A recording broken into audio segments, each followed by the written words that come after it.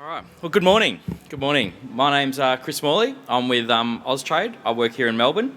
I'm responsible for looking after packaged food and beverages for Austrade here. But thanks for coming into the Trade Zone this morning. We've got some great presentations for you all today. So yesterday here in the Trade Zone, we had a bit of focus on China. And one of the aspects we always talk about with Austrade and talking to different exhibitors and exporters is around diversification of where you should be exporting to. And so today's a really great day to also look at some of the other countries and the other regions in which we're trying to encourage Australian exporters to look at. So shortly I'll introduce our two first speakers. So we're going to have someone from Austrade, one of my colleagues from Thailand, Chanti, and someone from the Department of Agriculture, Nick Mikolos, who's going to talk about market access issues as well. But before I introduce them, I'd just like to remind everyone we will do questions at the end. We'll have a roving mic, but certainly also you have this great device, your phone, and you can submit questions through the app. So I'd encourage you, if you have questions as they come to you throughout the presentations, just to take some time, go into the schedule, enter in your question, and then I'll be able to ask them to the presenters at the end of the sessions. So I encourage you to do that throughout. All right, well, in the interest of keeping to time, and as MC, that's apparently all I've got to do today, so we'll get started. So I'll introduce my colleague Chanti first. So Chanti's based with us in Bangkok in Thailand, and Chanti's been with Austrade since 1992. So I guess it speaks volumes not just of Chanti's work ethic in that region, but also what a great employer Austrade is. And unfortunately, my CEO is not here to hear me say that, but if you can let Dr. Stephanie Fay know I said really nice things about Austrade, that'd be great. So without further ado, I'll introduce Chanti from our Bangkok office, one of our senior BDMs within the food and agribusiness from Thailand. Thank you.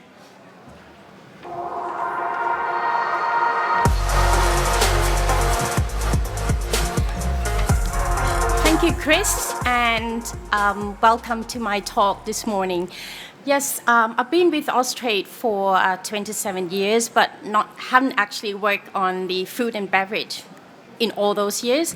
I've only been transferred and look after the food and beverage industry in Thailand for the last 5 years. And during those 5 years, I actually working very closely with the buyers in Thailand and also introduce them to the Australian companies here. So pleasure to be here, and thank you for your interest in my market. Firstly, actually, I just would like to remind you of our Austrade network. We have 80 points of presence in nearly 60 major cities around the globe. And this is where you can reach out for us when you think of doing any overseas business. Quick snapshots of the services for international buyers, and that's what I'm working closely with. We actually help the international buyers identify suitable potential suppliers according to their needs, and also provide the market insights and then Australian capabilities to them. And on the other hand, we actually help connecting the Australian suppliers to our buyers and potential distributors in all our markets across the network. With the bilingual staff, there are a lot of people like me in every city that Austrade has presence in, and this is very important for your business in any of overseas market, that you have people that speak the language, know and are able to bridging any communication gaps that you might have. We do speak English in all. Your business partners in ASEAN actually speak the language, but their literacy may be not as good as you guys. So we actually helping bridging that communication gaps for you and advise you in the local business practice. And I think that's very useful. Now, before further ado, let's get into ASEAN. A snapshot of the ASEAN member countries, in case you don't know, we have representation in all of these markets except for Laos and Cambodia, where we work closely with our colleagues in Department of Foreign Affairs and Trade and in Embassy. Why ASEAN matters to Australia? There are a number of reasons out there that you can see, but I would like to point out that ASEAN's economy economic growth outpaces the rest of the world. And taken as a whole, the region is set to become one of the equivalent of the world's fourth largest economy by the year 2030, and that is really powerful. A very strong two-way trade and investment framework between Australia and ASEAN, and with the influence of TAFTA, of course, which is free trade agreements. We actually have direct free trade agreement between Australia and Thailand, Australia, Singapore, and Australia and Malaysia. And also we have the ASEAN, Australia, New Zealand free trade agreement that covers the whole of the ASEAN region. So most of the products, especially in food and beverage now in ASEAN, are tariff-free, or if not, it's coming off in a year's or 2 years' time. This is actually a great influence, and that's increased the collaboration and then the strong trade and investment collaboration between the two. This is our region, and we are geographically proximate with a strong people-to-people link and a long history of cooperation between the two countries. Nearly 1 million Australians claim Southeast Asian ancestry, and this is very interesting. So it's not unknown to ASEAN people. There's a lot of links in there. And the last one is actually show that ASEAN population is the third largest in the world now. Together, we are about 650 million people in the region. And that's followed. That's after the China, of course, India. Then it's ASEAN. Next slide is actually just to show you that last year the estimated total GDP growth of ASEAN states amounted together with approximately 2.9 trillion US dollar. This is really, really high, and it's a significant increase from previous years. And in fact, the GDP growth in ASEAN region has been skyrocketing a few years now, reflecting the region's thriving economy. Now, why ASEAN now? There's so many drivers out there, especially expanding cities, accelerating the economic growth, of course, the improving productivities in ASEAN, and also the raising in demand, and that's for all the import foods and beverage. The growing consumer middle class with a growing affluence, which means more spending power, more opportunities for import products. Innovation, digital disruption, and also deepening integration and the stronger connectivity, of course, with the influence of free trade agreement. Okay, now let's get into the first market that I would like to talk about. What's important about Vietnam is that this is a market population about 97 million people, where 70% of their population are under 35 years of age. So this is a young population. There's also a growing middle class as well, growing affluence, accounting for about 13% of the total population. Vietnam is one of the fastest growing economy in Asia, with the GDP growth reaching about the 10-year high of about 7% year on. On the food retail side, the country currently has around 750 supermarkets nationwide, but they're expected to grow double by the end of next year, and that's very impressive. On the food service side, of course, the tourism has in Vietnam has reached about 15 to 16 million people, international visitors to Vietnam last year, and it's about 20% growth from previous years. Again, tourism industry is booming, and it's not only booming in Vietnam but across Asia as well. More modern chain restaurants and the retail chains have been managed by the foreigners. That's actually a good influence for them to import in, the products from around the countries, especially from Australia as well. However, the challenge for Vietnam is that despite the potential benefits of what I've just talking about, Vietnam is known as one of the toughest markets to conduct business in. Why? Because Vietnam as a whole is not one market with single, one single profile market. For example, so if you're taking Hanoi and Ho Chi Minh cities, they are two separate consumer cultures and profile. So if your marketing strategies work in the north, it doesn't mean it work in the south, and it's the same in many ASEAN countries as well. So spend a bit more time study the market. Enough of Vietnam. Philippines. What I want to highlight there is that this is another market of about 108 population, where about 20 million people are classified as upper and middle income consumers. Last year, their economy grew about 6.5%, and the Philippines continue to be the net food importers with about 8.2 billion Australian dollars last year. Ease of communication here because they are the English-speaking country, so it's easy for you to connect and conduct business. Very Western influence in terms of taste and preference as well. And there's two-way trade between Australia and Philippines is very strong as well. And last year is recorded at almost 4 billion Australian dollars, a 70% increase from year 2010.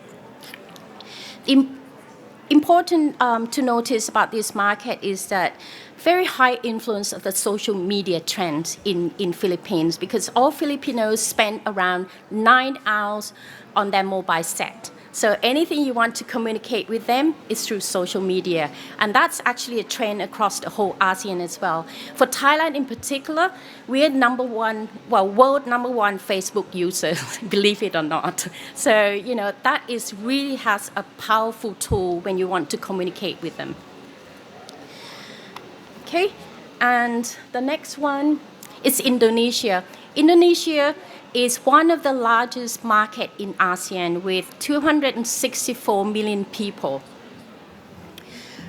5.2 GDP growth by first quarter of this year, and is Australia's 13th largest trading partner. Things to know about Indonesia here is that their food delivery service, like the GoFood, are driving new consumption pattern across the whole market. And this is actually happening in other markets in Asia as well, about the food delivery. Which means consumer are now access to a much broader area of products around the clock. So all products, including the grocery, restaurant meals, fresh produce, and also the alcohol and beverages, are serviced by a growing number of e-commerce platforms. So this is another important point to note. The table out there is actually just to indicate to you that the population of Indonesia is mainly stay focused on the urban cities and not scattered all over Indonesia, which is the market is very big. So the market for Australian premium products is actually for consumer living in those cities when you want to work with them. Okay, Indonesian consumers are inclined towards purchasing a smaller single-serve package size compared to bulk size you might have available in the market here. They're going for a single-serve, smaller size. So sizing of the product is very important to ASEAN market. And another important one is that 88%, almost 90% of the total population are Muslim. So if you're thinking of selling your products into the market, make sure you get halal certified before you considering the entering this market. This is also true as the same as in Malaysia, which have high population of the Muslim community. Now, Singapore, I don't think anyone here doesn't know about Singapore. However, they are number one in Asia for intellectual property protection and sustainability. Another important to know is that they're number two most competitive economy in the world, and also number two for ease of doing business. Why? Because they also speak English-speaking countries. However, Singapore is a small market of only about 6 million people, where 90% of their foods and beverages were imported into the country. Duty-free ports with all products and produce, excellent trade infrastructure, excellent air and seaports in Singapore as well. High level of familiarity with Australia among consumers, and also another important point here is that it's a great opportunity for F&B Australian exporters to leverage on the Australia's quality products that enter Singapore first and then slowly, migrate them across ASEAN. But there are more and more of the experienced exporters now that actually target it. Doesn't need to land in Singapore first, but goes straight to Indonesia, Manila, Thailand, or Philippines. Now, Malaysia at a glance. This is another developed market in ASEAN with about 32.4 million population recorded last year. Malaysian median household income is growing, and in relation to consumption of F&B, food and beverage. There's also high recognition of Australian brands in the market as well. There's a strong link between Australia and Malaysia because they have about 25,000 students, alumni in the country, 25,000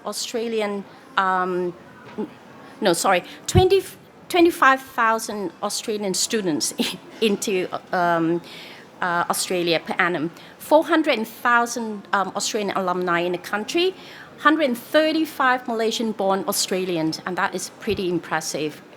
And the retail food service and food manufacturing processing are the key factors of growth in the country. Strong competition has ensured the mass grocery retail sector dynamism and a high level of investments in this space. They have about 26 million international tourist arrival in the country, which actually gives room for sourcing more import products from all around the world. I mentioned before that the high percentage of Muslim countries, so halal certification is very important. Now, Myanmar. What about Myanmar? A country of about 35 million people with a large young population.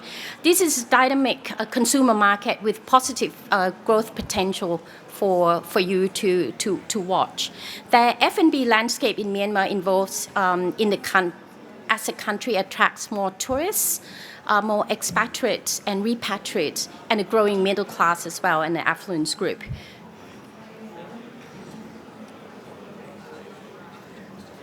Now, I'll talk about Thailand. Any of you have been to Thailand, whether on business or on business? I don't think it's unknown to many Australians these days now, because Thailand is becoming, right on the top of your agenda when you want to go to ASEAN. Why? Australia tourism is a key driver for our sector growth, which means in the food and beverage sectors. As I said out there, we're expecting around 40 million people, international visitors, arriving in Thailand end of this year. Last year it was recorded at 38 million people coming to Bangkok. And if you can see, there's some evidence there about, how Bangkok are growing at a much faster rate for overnight visitors spending when you compare to those major cities. And we have like Michelin stars and everything is in Bangkok right now. Thai people love to eat, and we eat all the time. We're interested in new products as well. And interesting to see that 20% of the total expenditure by our overseas visitors spent on food and beverage compared to what they spent in Singapore. Okay, this is a snapshot, and the reason I cramp it all out there because my time is limited on this. I can expand and talk to you further if you're interested in my market, okay? Half of the Thai population, which is about 69 million people, are comprised of middle class and the affluence group. It's a size of this group larger than total population of Australia. Okay. Last year, the retail sector expanded by about 4%, and it's hoping to expand again, same rate as this year and the next 3 years as well. It is interesting to see that Thailand's food and beverage sector is one of the fastest growing in the Thai economy, and its retail food service sector is one of the fastest growing in the world. Thailand has about 12,500 modern retail outlets, where 11,000 are convenience stores and about 1,000 are supermarkets and another 500 are the hypermarket. And I have the next slides, which I can show you, how they cascade it down, and each of them have different formats to target their target consumers. Okay, the food outlets are located everywhere. If you have been to Thailand, especially Bangkok, you never go hungry whatever time you walk out, the street. There's a food carts dotting every street of the corner, and that ranges to the most fine dining in a 5-star hotel. So that's growing as well. What I want to point out there is that the Thai. Before I go to that, the food for the food service sectors, because of this booming in tourism and the restaurants and the growing they actually sourcing about 30-35% of food through import, and that across meat categories.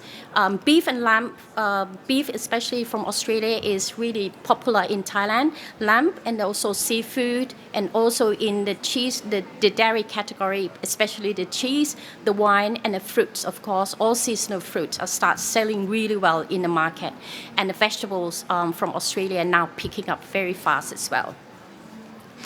Another point there is in the catering service, Thai airline catering itself is leading in these sectors with about 70% market share, right? They actually produce about 90,000 trays per day, serving about 70,000 flights annually. And what important is that they through the tender process on an annual basis, they're actually sourcing about 80% for local raw mats, and then another 20% is actually through import products. Okay, before I show you the next slides about the retail market, just want to tell you more about what we see as a coming trend. And it's not only in our market, but some of these also true for other 8 markets in ASEAN as well.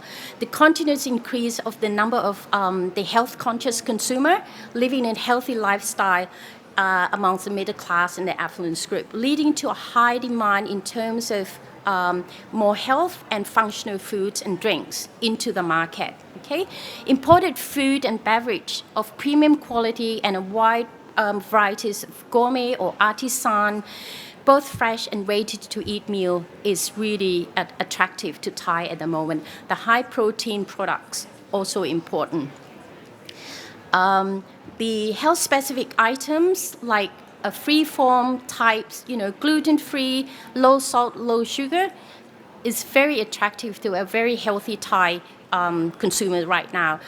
If you talk to Thai people right now, many of them either on IF diet, or keto diets, or any sorts of diets, the protein, high protein diets, very, very coming into very popular right now. However, these products, no matter how organic it is, how natural, how good it is to the bodies, but it must have good taste because Thai people acquire a really, if you taste Thai food before, that is very, we need some tasty food. And last but not least, that we have free trade agreement between Thailand and Australia, as you know. It's called TAFTA, and since year 2005, and it's the last few months before it's coming to an end by January 2020. However, in meat and dairy categories, with these special safeguards and some quotas, that will come off in year 2021 and year 20 and 25 respectively. Now, before I finish, just want to show you this, which is the Thailand, how sophisticated is a major retail outlets here. The table on this side is actually show you all the retails and how I just updated the figures before I come out. So this is very current. Each of these retails actually have different format, as I mentioned to you before, and the list of the retail chain on that side are the one that we actually working day on day with, help them sourcing products from overseas, especially from Australia. They hold premium food and beverage categories from Australia as well. Just taking Central Group alone, they have about over 2,000 SKUs of imported Australian products on their shelves. And Siam Macro, why I put it there, is actually like Costco here, one of the largest cash and carry. But however, they have one format that has about 26 stores, specific called food service format, and that's specifically for the hotel restaurants, and they do the online ordering for all import products into that channel as well. Okay. The reason I want to show you this is these two pictures are not the restaurants. It's actually what we call the grocerants. If you don't know what the grocerant is, it's actually in Thailand. It's actually the restaurant's counter, cooking counter, sit within the high-end supermarkets in many of the premium supermarkets these days. What you can do there is that any shoppers that walk around can just go and pick up a piece of meat, a piece of vegetables here and there. Go to the counter. There'll be a chef there cooking for you. So that additional, very minor service cost to you on that. So it's very popular trend in Thailand at the moment among the local and also all the tourists as well. This is very important. So if you go to Thailand, I urge you to have a look at that. It's booming, and it's something that you can actually cross between retail sales and food service within that. Actually show how to cook, how to eat. So that's very important. Okay, this one, I mentioned it already, and we can pass on that one because the highlights about Thai Airline Caterings. This one, actually, I would just want a quick note just to saying that on all these markets, the regulatory environment could be complex. So better to reach out to us at Austrade or Department of Agriculture, to learn about what allowed and what not allowed early in the process before you decide to enter the market. Last but not least, there's some of these case studies. I would just pick up one just to show you how Austrade work with Australian and make success in the market. The case one is about Queensland Mandarin grower got in touch with Austrade, wanted to export mandarins according to taste and preference of their target market. They wanted to understand more about the market, and they used consumer research. What they did was that we helped them design the focus group discussions and also the in-store surveys to talk to people in-store. The result of that was that the result of the research actually was used to design a pilot promotion in a high-end supermarket. And from 10 containers of mandarin export last year, this year it's increased to 30 containers. And that's pretty expensive when we work together. Okay, I think that's enough for me today. I'll be here for the rest of the day, so reach out to me and I'll hand over to Chris. Thank you.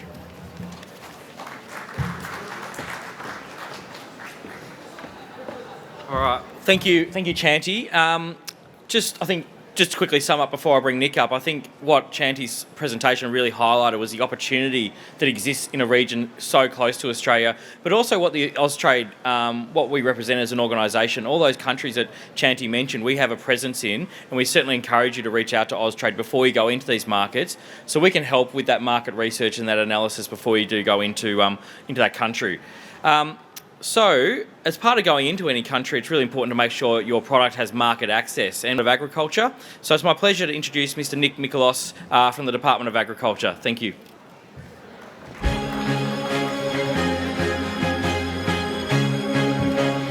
Thank you, Chris. Thank you, Chris, and thank you for the opportunity to speak today. It's always nice to, as Chris mentioned, promote other trading options outside of China. So it is exciting to speak about our agricultural relationship with Southeast Asia and our engagement with ASEAN and what are the opportunities. In this presentation, I'll outline briefly what is ASEAN, why it's important to engage with ASEAN, how we have engaged, and what are the future opportunities. As Chanty already mentioned, I won't go into too much detail, but there are current 10 ASEAN member states, as highlighted up on the slide. Again, I won't go into too much detail as Chanty did previously, but just really wanted to emphasise with ASEAN, it does represent a significant market in terms of population size. It is only behind India and China. It's a young, increasingly urbanised market, has increasing wealth, and it's digitally connected. The potential as an economy and as a bloc for ASEAN is really quite exciting. If ASEAN exists as a country, it would be the sixth largest economy, with ASEAN GDP just under 2.5 trillion. Again, we can see here the growth potential for ASEAN just in terms of population and market size. And again, it really includes a growing middle class and is projected by 2030 to be the world's fourth largest economy. Diversification, it provides a very viable option for diversification. It's unsurprising that Australia's agricultural trade with China receives a lot of attention given its size, but it is worth noting that trade with the ASEAN region has always been an important market and it's growing.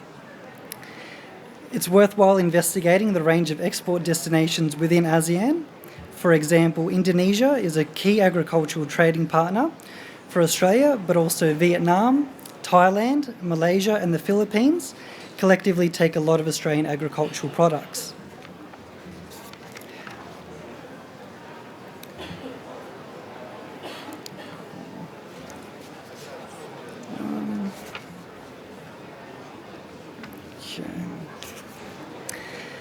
So agricultural trade with ASEAN is complementary. ASEAN countries value Australia's clean and green agricultural commodities and turn them into value-added products. Let's see here. Australia's key exports to the ASEAN region comprise mainly of raw materials such as wheat, beef, live cattle and sheep. These raw materials are generally value-added in the ASEAN markets and then on-sold. Key Australian imports from ASEAN countries include horticulture products and seafood products, as well as highly processed foods. Again, as you can see here, the value out of Australian products that are happening in ASEAN markets. And as Chanty mentioned in her slide, again here we've got the mix of supermarkets and food service industries. And it's really just to emphasise the point that in servicing the ASEAN markets, it's not just servicing the locals. There is a very large and growing tourism market in all ASEAN countries. As Chanty mentioned, Bangkok, for example, has 172 restaurants listed by Michelin Star and 10,000 restaurants are opening each year. In 2017, nearly 33 million tourists visited Thailand, 15 million to Indonesia, 7.4 million to Malaysia, 7.1 million to the Philippines. Of the top 10 most visited cities in the world, 3 of them are in ASEAN. As you can see in this slide, there is a scarcity of agricultural land in most ASEAN countries. This, in conjunction with a rising meat consumption in ASEAN, means we can expect continued and growing demand for Australian grains and protein, assisted further by rising incomes.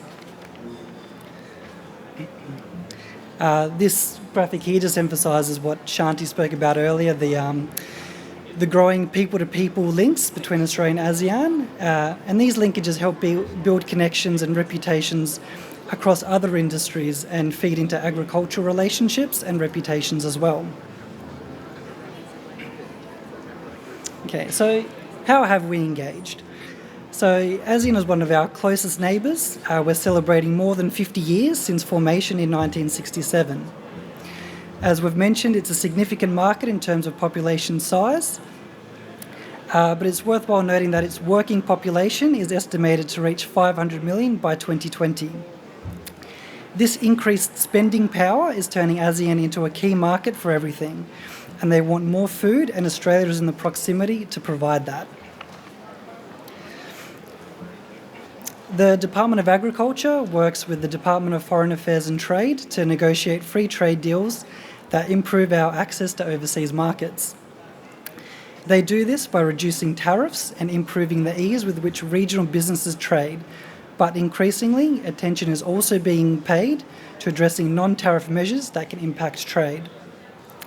As Shanti detailed earlier as well, bilaterally Australia has free trade agreements with Singapore in place since 2003, Thailand since 2005, Malaysia 2013, and the Indonesia-Australia Comprehensive Economic Partnership Agreement has also been signed.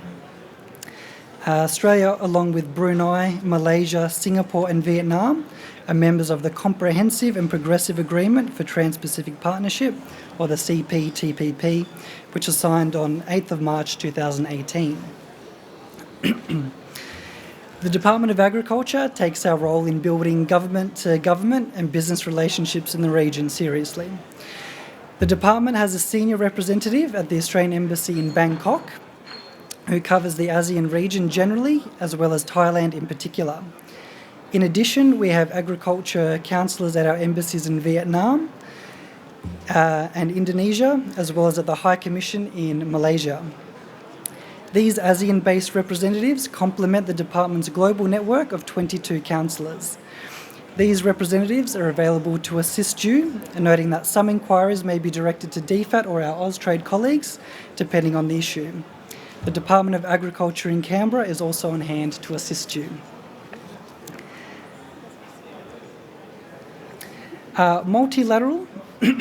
Multilateral engagement has been supported by the ASEAN Australia New Zealand FTA, or ANZFTA, which was signed in 2009 and entered into force between 2010 and 2012.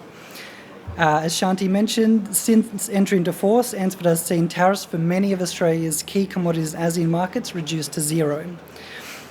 Australia is currently negotiating the Regional Comprehensive Economic Partnership, which is a trade agreement being negotiated between the ASEAN and the 6 countries with which ASEAN has separate free trade agreements. That is Australia, New Zealand, Japan, Korea, China and India. We are working towards concluding that negotiation this year.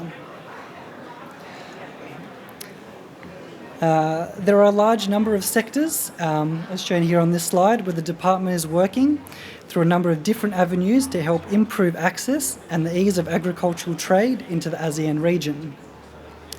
This slide here exemplifies some of the high-level areas where the department is working across to improve access.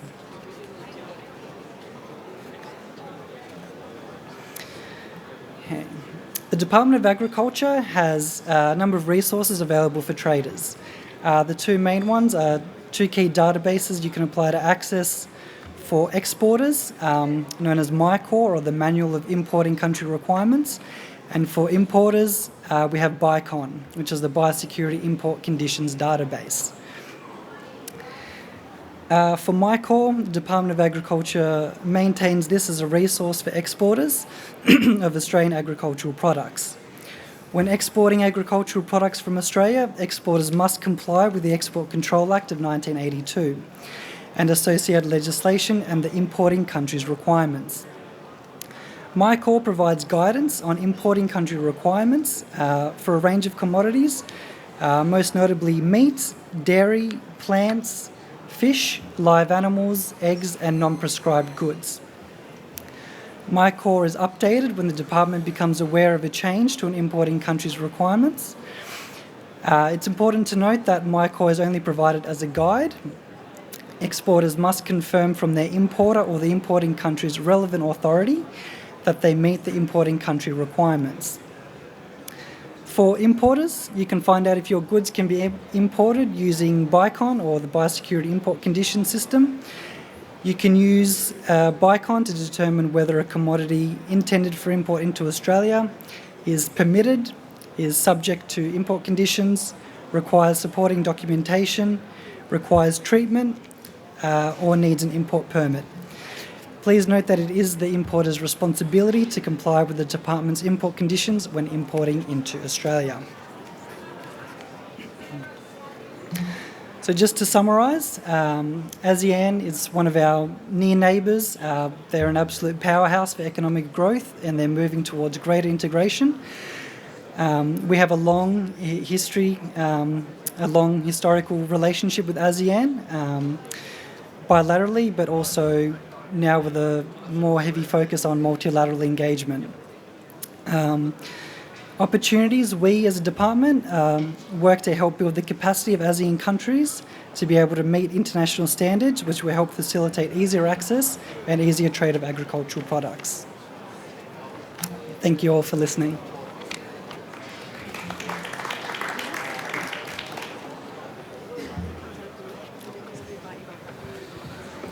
All right, wonderful. Thank you, Nick. That's terrific. Well, I'll invite both our speakers back up on stage now. So, Chanty, if you'd like to come up, as well as Nick, come back up on stage. We received a couple of questions through the app, and one of the first ones was about the slide decks being available to those in the audience. And I know from an Austrade perspective, we're happy to share those slides, and I'll just recommend you either swap cards with Chanty or myself, and we'll make those slides available. But also I know the organisers Global Table will have a section on their website where those slides that can be shared will be placed on there. Nick, I'm not sure if... Happy to share from Department of Agriculture. Yeah, so just encourage you also to come up and meet Nick and Chanty at the end and swap a card, and you'll be able to get that slide deck. So just encourage you also now that if you would like to ask a question, we had one that came through the app, so I'll start with that. And it was really about who are Australia's largest competitors as exports into the ASEAN market. So Chanty, maybe if you'd like to give some insight as to who we compete with most of the time. That is so wide because each market in ASEAN is different. And as you can appreciate that, products going into Singapore doesn't mean it goes into other markets as well. So I can talk to you further on each specific categories, and especially in our market, there's like the beef, the meat sections, the dairy. The competitors coming from different sources around the world, and yeah. Yeah, I think. Spot on. I absolutely agree with you. It really depends on category by category. Yeah. We find that with beef particularly, there's a lot of US or Brazilian beef that would be coming in. Seafood, there's other countries around Norway which are very high salmon producers, as well as Scotland. And then certainly in breakfast cereals, we really compete a lot with USA and some other manufacturing countries. And then with dairy, we're usually battling against the Kiwis and European countries as well. Yeah. Nick, when you're looking at market access, where do we sort of rank in terms of getting in, and are there other countries we compete against a fair bit in terms of getting access? Yeah, look, I think that the ones that you mentioned, New Zealand, obviously Brazil as well. Yeah. They've recently signed an FTA with Vietnam. And with Vietnam, I was actually lucky enough to just be there last week travelling with the Agriculture Minister, and I think one of the common competitors in a lot of our horticulture markets was Chile. Yeah, right. And they've got a bit of a first mover advantage there. And they've got a lot of lower overcosts, so they're getting their product in there quite cheap as well. Yeah. I certainly know with Chile, we compete with them in China as well on the cherry production. Our seasons are very much shared there, and so the Chilean product is very competitive with our Australian cherries going into market as we lead into Chinese New Year. I'm just trying to get my facial recognition so I can open the app again. Sorry. Any other questions from the floor at the moment? Or I'm happy to go to a couple others I've got in the app. If you'd like to raise your hand, yes. Just in the front. We have a roving mic, thank you. If you could just state your name and where you're from when you answer. My name is Diederik Wasser from Milkways from the Netherlands. The proximity of Australia to Asia, of course, must be a big advantage. If you would move into more fresher goods, would that be your USP? Because your proximity, you can export that. Is there a tendency towards those kind of produce? Yeah, sure. Chanti, with fresh products going into Thailand, do you see, that's a unique selling position for us? Yeah, that's a unique selling proposition because I think overnight flights from Perth to Thailand is about 6 hours, while from Melbourne, Sydney is about 8 to 9 hours. And that's, you can actually have an overnight flight. And a lot of our fresh importers actually, have arranged for their shipments to arrive, certain days of the week, and it's constant like that. So it is an advantage to ASEAN. Yes. And Nick, just on that, with market access, is the proximity of Australia something that's advantageous in terms of us being able to supply fresh products into market that is still fresh rather than other countries from around the world? Yeah, it is. It gives us a wider variety of options in terms of getting product there. We can really use both, sea or air freight. And depending on the commodity, it kind of gives us more options in terms of negotiating protocols and, importing and exporting conditions. I think with Chanti's example too, of the mandarins being able to go into Singapore and grow at such a high rate too, it does talk about or Thailand it was, sorry, but it does, following on from your point about the flights, we have a number of flights that leave Melbourne every day going to Singapore or going into the region, going to Jakarta, going to Malaysia, and that is a really big strength. So the more flights we add here from Melbourne or Sydney or Perth, wherever it might be, the better we can service that fresh point of view as well. So certainly is an advantageous being located so close. There was a question through the app around halal certification, representing a risk for exports when it's a requirement. What are we doing to help address this risk? I know with Malaysia and Indonesia, halal's a requirement. Do you want to speak to that a little bit, Chanti? Well, technically, I cannot answer because I'm not from the market and I'm not expert. Maybe Nick can help me out on that. But because they are high Muslim population, the halal certified products actually helps you to market it to a wider consumer and take advantage of the size of the consumer, the growing affluence, growing middle class who have the ability to buy your products in the market. That's how I see off. It doesn't mean that, if it's not halal, you cannot make an inroad into that countries, the two countries, but it will be very limited because in terms of percentage of Muslim community within the market, that's how I would address. Nick, anything you want to add around a market access with a halal certification? Yeah, it's not exactly my area of expertise, but it is something that it is in growing importance to the department. And it is a big trend that we're seeing across not just ASEAN, but across a lot of our trading partners. From an Australian perspective, we do have a good competitive advantage from our existing meat systems that most of our abattoirs, or all of our abattoirs, actually produce halal certified meats. But some of the requirements for Indonesia and some of these ASEAN countries expanding for halal, not just outside of meat, but it's getting into a wide variety of their sectors. So it's definitely something that the department's aware of and something that's being looked at into the future. Yeah. I know from when we look at the consumer research as to why or when you go into a country like Malaysia or Indonesia, or even into the Middle East, and that importance of having the halal certification. We're often asked for a recommendation on who to introduce and refer people to get that certification. That's certainly something we've done before before a brand has gone into that market. And we do know that if the product is halal certified next to a non-halal certified, in those markets, generally the consumer will pick the halal certified product. So it's certainly something you would need to have consideration of before going into those markets. Were there any other questions from the floor? Yes, in the middle. We have a microphone coming. Hello. Thank you, Nick and Shanti, for presentations. They were very interesting. Lucy Merritt, Agriculture Victoria. I know with some parts of the ASEAN there's been challenges across the fresh produce, dairy and meat space regarding refrigeration chains, cool chains sometimes, and there being sufficient infrastructure to be getting product in the best quality possible when it gets to market. Are there any countries in the ASEAN you see potential for groups such as government to be working maybe collaboratively with those countries on cool chain development, infrastructure, education, that kind of thing? You want to first go? Maybe you start. Well, maybe if I start. I mean, ASEAN, I think the countries that Shanti highlighted, there's such a breadth of infrastructure demands and what's actually in market. I think you look at a country like Singapore, it's on an island, and yeah, cold chain's brilliant, works really well, very sophisticated. And then you look at a country like Indonesia where, you know, archipelago, lots of different islands, it is very difficult outside of the major cities to guarantee that supply chain. And certainly, you know, my experience when I lived in China before working with Austrade was that emergence of cold chain was something that took about 3 years to do.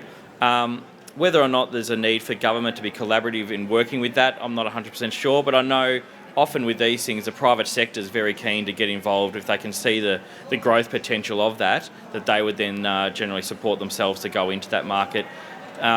It does take time, but I think we are seeing some inroads to that. And I also think with the emergence of e-commerce, we are seeing companies like Lazada who will invest in that final mile delivery a little bit more and make it part of that overall platform offering. So when you're looking at a country like Vietnam, which has got a really strong emerging middle class and they're part of the Lazada platform, you know, that final mile delivery is something that the Alibaba team will be taking care of as well. Shanti, I don't know if you want to add anything else you've seen in Thailand from an e-com or a delivery perspective? I think what you say is pretty much what happens in the market right now, and I think it's improving all the time.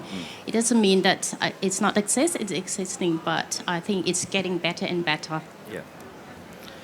Any question down the front? Or yep. Then we'll come back. Then we'll come to you.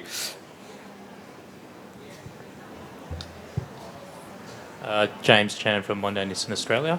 I had a question around certifications. So we talked about halal certification, but what other certifications are what you deem as important, maybe in Thailand, for example, that consumers are wanting or mandatory? Probably market access. Yeah, I mean, I guess on the ground in market, I think like country of origin certification is becoming increasingly prevalent in the ASEAN markets. From the Department of Agriculture perspective, just the export certification is critical in terms of making sure that, you know, Australia's reputation is being upheld with good quality products being exported. There are a number of projects going into looking at e-certification and trying to get that consistent across ASEAN. So that's kind of a bit of a drive to reduce red tape and paperwork across both exporters and importers. But I guess really just certification, making sure that you're meeting your obligations as an exporter as well as meeting the importing country requirements from a certification point of view it's really important. Yeah, I mean, I think those sorts of trends are definitely popping up in countries. And I think it's really something to manage country by country. So. I think the overall advice would be to come and talk to Austrade or talk to the Department of Ag before you go into these countries. You know, use the resources that both the agencies have on the ground, and we can talk to you about your specific products and the document requirement. We'll just go to our final question here because I've been given the wind up. So lucky last. Chris, my question is in regards to Myanmar.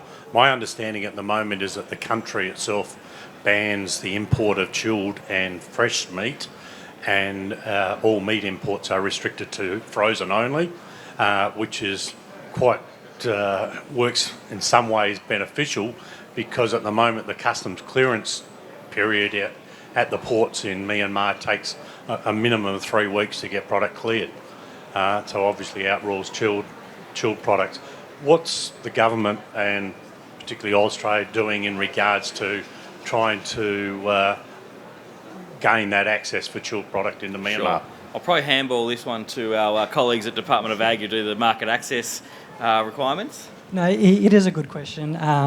For Myanmar specifically, I can't say I'm aware off the top of my head what's going on, but happy to have a chat offline and have a bit of a look into it for you. So.